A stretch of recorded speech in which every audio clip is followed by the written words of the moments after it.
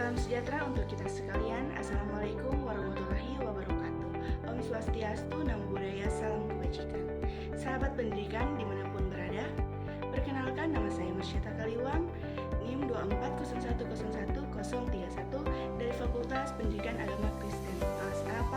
Di sini saya akan menjelaskan sedikit tentang pengertian demokrasi, tugas mata kuliah pendidikan kewarganegaraan. Dosen pengampu Mertovan Rame S.Or MPD. Kita masuk dalam penjelasan demokrasi. Demokrasi adalah sistem pemerintahan di mana kekuasaan politik berada di tangan rakyat yang dapat berpartisipasi secara langsung atau melalui perwakilan yang mereka pilih. Konsep demokrasi berakar pada prinsip-prinsip kebebasan, kesetaraan, dan hak asasi manusia.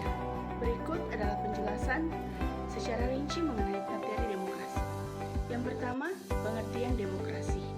Demokrasi berasal dari bahasa Yunani, yaitu demos yang berarti rakyat dan kratos yang berarti kekuasaan atau pemerintahan.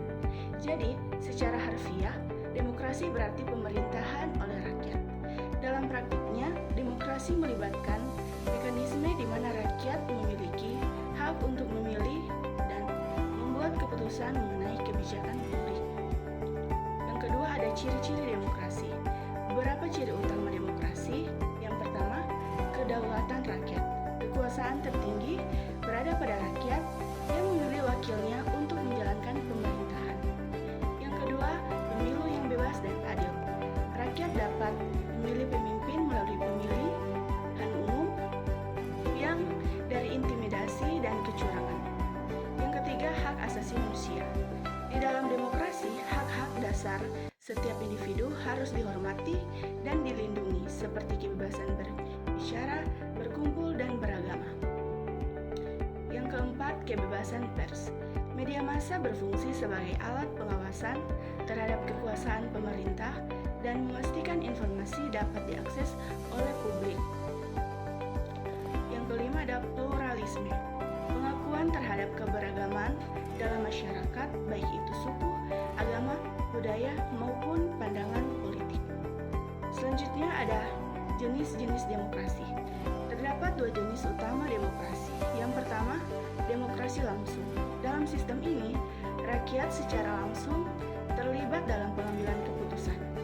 Contohnya adalah referendum, di mana rakyat memberikan suara langsung terhadap suatu isu atau kebijakan tertentu. Demokrasi langsung lebih sering diterapkan pada negara atau komunitas kecil. Selanjutnya ada demokrasi perwakilan. Dalam sistem ini, rakyat memilih wakil yang akan memilih kepentingan mereka dalam pemerintahan. Ini adalah bentuk demokrasi yang lebih umum diterapkan di negara besar. Selanjutnya ada prinsip-prinsip demokrasi. Beberapa prinsip yang mendasari demokrasi yakni kebebasan politik. Setiap individu memiliki hak untuk berpartisipasi dalam proses politik tanpa adanya diskriminasi. Selanjutnya, kesetaraan. Setiap warga negara memiliki hak yang sama dalam memilih pemimpin dan berpartisipasi dalam pembuatan keputusan politik. Ketiga, ada peradilan yang independen. Kehadiran sistem peradilan yang adil dan bebas dari pengaruh kekuasaan eksekutif dan legislatif. Selanjutnya adalah akuntabilitas. Pemimpin atau wakil rakyat harus bertanggung jawab kepada rakyat yang memilih mereka dengan adanya transparansi dalam pengambilan keputusan. Dan di sini ada fungsi demokrasi. Demokrasi memiliki beberapa fungsi penting dalam suatu negara antara lain. Yang pertama, pemerintahan yang sah. Demokrasi memberikan legitimasi kepada pemerintahan karena pemerintahan berdasarkan persetujuan rakyat. Yang kedua, ada kontrol terhadap kekuasaan. Demokrasi berfungsi untuk mencegah penyalahgunaan kekuasaan oleh pemimpin atau lembaga negara. Yang ketiga, ada penyelesaian konflik. Proses demokrasi menyediakan wadah untuk menyelesaikan konflik secara damai melalui dialog, musyawarah, dan voting. Selanjutnya ada pembangunan sosial dan ekonomi. Dengan demokrasi, kebijakan pembangunan lebih memperhatikan kebutuhan kebutuhan dan aspirasi rakyat. Selanjutnya ada tantangan demokrasi. Meskipun demokrasi menawarkan banyak keuntungan, sistem ini juga menghadapi beberapa tantangan. Yang pertama, politik uang. Pemilu yang dibiayai oleh uang dapat menyebabkan ketidakadilan, di mana hanya mereka yang memiliki banyak sumber daya yang dapat berpartisipasi dengan efektif. Dua, ada populisme. Beberapa pemimpin politik mungkin menggunakan cara populis untuk mendapatkan dukungan yang kadang bertentangan dengan prinsip demokrasi yang lebih mendalam. Yang ketiga ada polarisasi politik.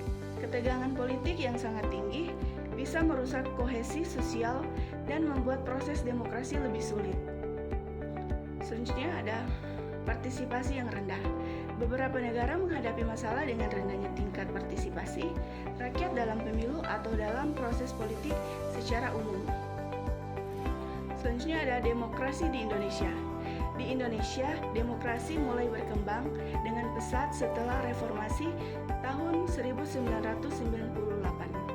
Indonesia menganut sistem demokrasi perwakilan dengan pemilu yang diadakan setiap 5 tahun sekali.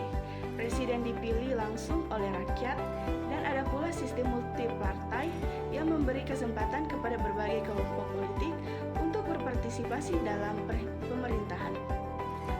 Penerapan demokrasi ini juga menghadapi tantangan seperti ketimpangan sosial, politik identitas, dan tingkat partisipasi yang tidak merata. Selanjutnya ada hubungan demokrasi dan hak asasi manusia. Demokrasi sangat erat kaitannya dengan penghormatan terhadap hak asasi manusia. Dalam sistem demokrasi, hak setiap individu harus dihormati dan dilindungi. Ini mencakup kebebasan berbicara, kebebasan beragama, kebebasan berkumpul, hak untuk memilih dan dipilih, serta dilindungi dari diskriminasi.